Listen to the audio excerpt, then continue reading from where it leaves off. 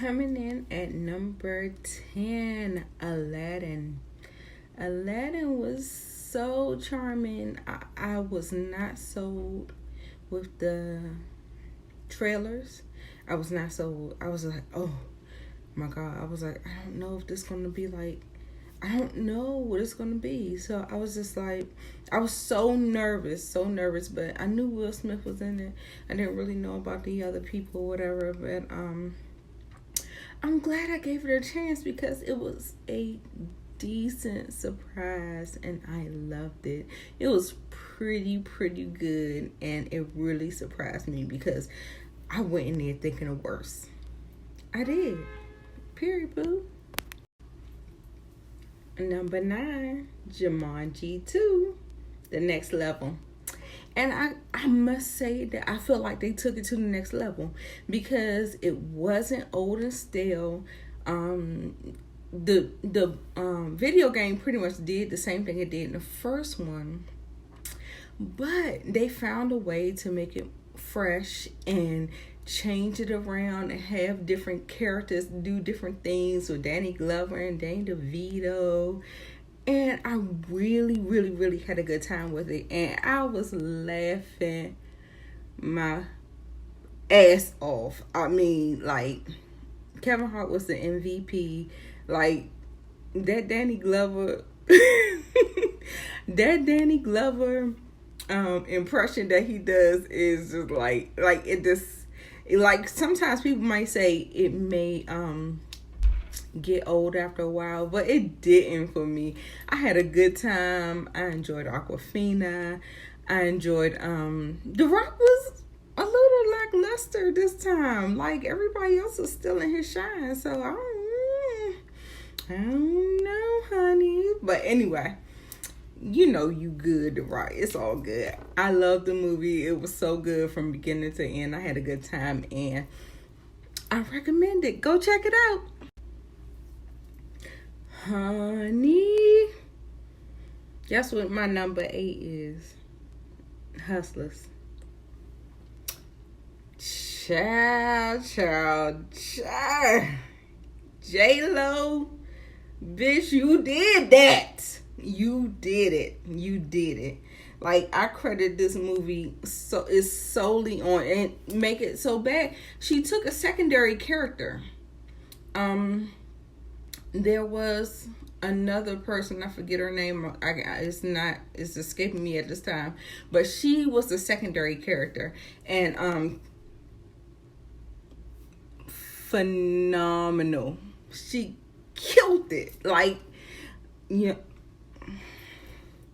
All I could say was that first strip tease, like, I'm in. Like, what are you saying? I'm in. So, but the movie wrapped up to be pretty good. You know, on repeat viewings, I found it to be a little bit boring. But that first time, honey, I was like, oh, okay. I see you, J-Lo. She was doing the thing, and she had some dramatic beats, and she had to really go there from being, she was like the mother hen of all of the strippers and all that stuff. So, I mean, I enjoyed it because she had some range, and I loved every bit of what I saw. And check out Hustlers. Number 7, Elita Battle Angel. That was really good. I had so many, because I don't like anime. I'm going to be honest. I don't like anime. Like, I can't get into it. I can't connect to it. But for some reason, I sat in that theater and I was able to make a connection. And I really enjoyed the movie. The action was, when she was like in full force, it was good. I appreciated everything she gave. Like, I love that movie. Was good. The only flaw that I really had with it is that I feel like maybe Elita Battle Angel might work better as a series, like a season episodic thing, because the way the movie, it was like a origin story, like a setup, and then you get to this point and it leaves you at a cliffhanger. So it's setting up part two, but that may leave some people disappointed, and I feel like that's probably what it did. It left a lot of people disappointed, but that action was awesome. Like, what she was doing, I was here for it. Loved it. So yeah, I loved the Elita battle. And I watched it a couple of times, and a lot of stuff about me and my movies that I like, if I can rewatch them, they're good movies to me. But other than that, they'll be in my honorable mentions, because I don't know if I either because of the way the movie made me feel or whatever, but it will kind of make me feel a certain way, and I may not revisit it, and then that will affect the rating on my system. All right. Number 6, Crawl. Did y'all go see that alligator crocodile movie? I don't know which one. Alligator crocodile. It was something that fuck you up. Did you watch that? Honey, it surprised me. It surprised me a whole lot. Like, I really enjoyed that movie. Like, I feel like it was the most surprising, because, you know, them shark movies, you go, and I'm just ready for disappointment. I have no expectations when going to see these type of movies, like monster movies and stuff like that. And so that's why I think I'm more pleasantly surprised by them rather than turned off by them. But I really liked Crawl. It was so good. I want y'all to see it. Like, it was white knuckle, hands on the seat. I thought that them crocodiles were gonna come get me. Do you hear me? Yeah, no. But Crawl, it was a good time at the theater. Check it out. Number 5, Toy Story 4. Who said mess up the trilogy? We had a perfect trilogy. I didn't know I needed the movie until I watched it. Who asked for Toy Story 4? I mean, I'm getting up in age, you know, like 40s, 50s, you know, I'm getting up there. So I was sitting up there like, the messages in the movie, and for it to be an animated movie, it really touched me as a regular schmegular. And I was just like, oh, it was so adorable. And I was really, really surprised. Like, you know, I just thought it was going to be a money grab. And that's what movies are. I mean, like, we want to make money, don't we? Ain't nothing wrong with making money, baby. But, you know, the story was really touching. The themes of aging out of people's lives. And I feel like I'm going through that at this period of time with my sister and stuff like that. Like, you get the cycle of moving on, and it was so touching, and it hit me in all the feels. So anyway, Toy Story 4, check it out. Number 3, Fighting with My Family. Y'all didn't hear about that, did y'all?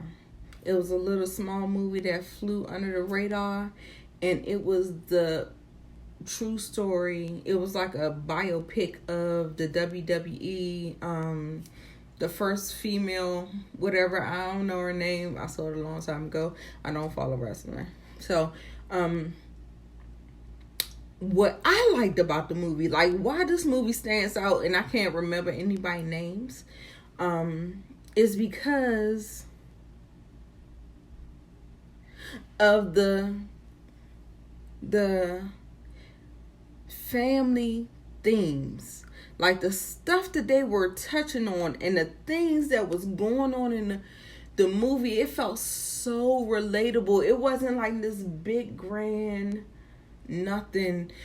I just felt like it was so realistic of the strife and the trauma that goes through. Like I'm telling, like when you have a dysfunctional family, not on the end of Shameless, but maybe on the other spectrum, not Perfect Patty, but the other, the middle of the road, like all those bumps and quirk. I felt like the movie did it so well that you could relate to the mother, you could relate to the father, you could relate to the brother, you could relate to the sister, the actual girl that actually made it. The Rock was in it. He was awesome. But I mean, I just like how real it felt. It was such a real and grounded movie. Even though we're striving for celebrity, and I feel like that's what we're doing, like in the YouTube and the social media area, we're striving for celebrity. But for some reason, those human connections is what this movie is about. It's not about her rise to stardom. That was in the background. What I admired about the movie is like the real feelings that everybody felt. People felt jealous and envy and strife, and it was just all kinds of elements and themes that was going on in that, and I really appreciated it, and I just thought it was a great movie. And so I wanted to put it in my surprising, because I couldn't put it in my best top list, but I want you to check it out if you get a chance. Number 3, The Farewell. Have you seen it? Probably not. It's subtitles. It's a Korean film, Japanese film, whatever. But surprisingly, I went in there and I was just like, I liked the premise, because it was just like, it was saying we had a grandmother and she's about to die and we can't tell her, and that's the Japanese culture. And I don't know nothing about Japanese culture. I haven't been in Japan, so I don't know nothing about that. And so me getting a peek into what was going on, and Aquafina was Americanized, so she's been on the West Coast, and they are Easternized, and they have their own traditions. And so when Aquafina had to go over there and try to adapt, it was a hard transition, and it was gut-wrenching, and it was so emotional, and I think I felt it so much harder because I lost my grandmother. And so me just empathizing with what she was going through, like, it just got me just like, oh my God, it was just like, but the end was so sweet. Check out The Farewell. You gotta read some subtitles, but it's a good time. It's a good time. You feel every emotion in the movie. There's some humor, comedy, drama, sorrow, sadness. I mean, it was the whole gambit.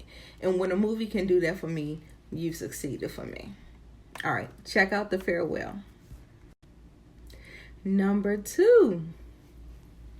Do you know? Richard Jewell. The movie directed by Clint Eastwood, and I went in there with low expectations. I don't know why, because he's a pretty good director and creator, so he's problematic. And so, I always kind of like turn my nose up to certain things like that. So anyway, the movie was so good. I mean, it was so captivating, and it was mainly because of Kathy Bates and gosh, I can't think of his name, but the guy that played in I, Tonya as the bad guy and all that stuff, the person who actually played Richard Jewell was phenomenal. And I know he gonna get snubbed. Because his character was similar to a special needs character, a high functioning special needs character, and I just don't think they're going to recognize it. And then it flew under the radar. It didn't get any kind. Well, it did get critical acclaim, but at the same time, I was just like, this movie was so good, and it like captured my heart at a Kathy Bates scene. Her scene was so heart-wrenching as a mother. Like, I felt every bit of pain that she felt. And I didn't even know the story. I wasn't familiar with the story. But I fell in love and loved the movie. I mean, it was just so good. Sam Rockwell was excellent. I'm so here for him not playing a problematic person. I am black and a woman. So, yeah. All his other roles, problematic. But he is a good actor. He's a great actor. And it was just a refreshing look to see him play a character like that. And it was just, it was good. It was good. It was a problematic issue in there. Wasn't big enough to even mention. Who said it don't happen? It happens. Oh well. Anyway, but we're in 2019. They say don't do that. It's not politically correct. Me too.